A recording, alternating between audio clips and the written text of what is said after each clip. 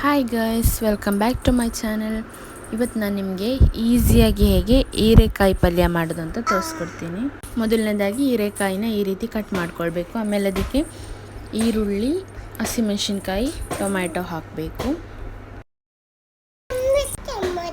ಆಮೇಲೆ ಅದಕ್ಕೆ ತೆಂಗಿನ ತುರಿ ಹಾಕಬೇಕು. ಆಮೇಲೆ ಅರಿಶಿನ ಪುಡಿ ಮತ್ತು ಉಪ್ಪು ಹಾಕಿ ಮಿಕ್ಸ್ ಮಾಡ್ಕೊಳ್ಳಿ ಚೆನ್ನಾಗಿ ಕೈಯಲ್ಲೇ.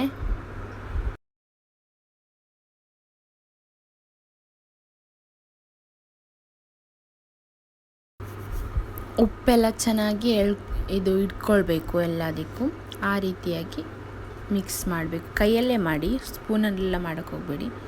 ಕೈಯಲ್ಲಿ ಮಾಡಿದ್ರೆ ತುಂಬಾ ಟೇಸ್ಟಿಯಾಗುತ್ತೆ.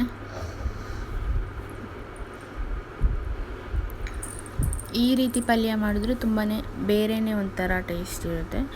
ನಾವು ಫ್ರೈ ಮಾಡಿ ಮಾಡೋದಕ್ಕಿಂತ ಈ ರೀತಿ ಮಾಡಿದ್ರೆ ತುಂಬಾ ಚೆನ್ನಾಗಿರುತ್ತೆ. ಆಮೇಲೆ ಒಂದು ಪಾತ್ರೆ ಗ್ಯಾಸಲ್ಲಿ ಇಟ್ಬಿಟ್ಟು ಅದಕ್ಕೆ ಸ್ವಲ್ಪ ಆಯಿಲ್ ಹಾಕ್ಕೊಳ್ಳಿ.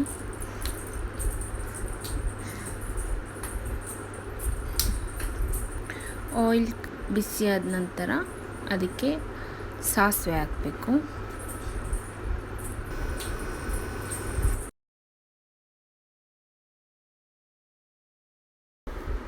ಸಾಸಿವೆ ಸ್ವಲ್ಪ ಬಿಸಿ ಆದಮೇಲೆ ಅದಕ್ಕೆ ಬೆಳ್ಳುಳ್ಳಿನ ಜಜ್ಜಿಬಿಟ್ಟು ಹಾಕಬೇಕು.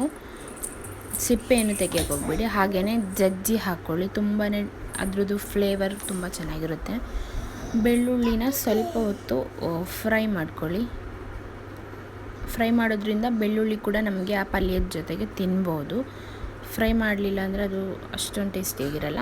ಈ ಥರ ಮಾಡಿದ್ರೆ ಟೇಸ್ಟಿ ಇರುತ್ತೆ. ಆಮೇಲೆ ಅದಕ್ಕೆ ಕರಿಬೇವಿನ ಸೊಪ್ಪು ಹಾಕ್ಕೋಬೇಕು. ಸ್ವಲ್ಪ ಜಾಸ್ತಿನೇ ಹಾಕ್ಕೊಳ್ಳಿ ಕರಿಬೇವಿನ ಸೊಪ್ಪು.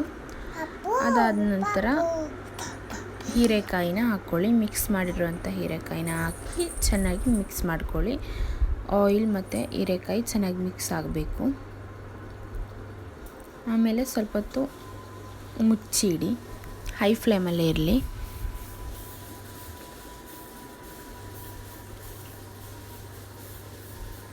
ಸ್ವಲ್ಪ ಹೊತ್ತಾದಮೇಲೆ ತೆಗೆದು ನೋಡಿ, ಆವಾಗ ಕುದೀತಿರುತ್ತೆ.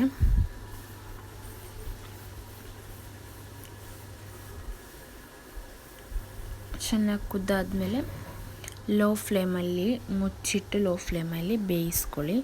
ಆವಾಗ ಚೆನ್ನಾಗಿ ಬೇಯುತ್ತೆ. ಇದು ತುಂಬ ಹೊತ್ತೇನು ಬೇಯಬೇಕು ಅಂತೇನಿಲ್ಲ, ಒಂದು 5-10 ನಿಮಿಷದಲ್ಲೇ ಅದು ಬೇಯುತ್ತೆ ಚೆನ್ನಾಗಿ. ಆಮೇಲೆ ತೆಗೆದು ನೋಡಿ, ತುಂಬಾ ಟೇಸ್ಟಿಯಾಗಿರೋಂಥ ಹೀರೆಕಾಯಿ ಪಲ್ಯ ರೆಡಿಯಾಗಿರುತ್ತೆ.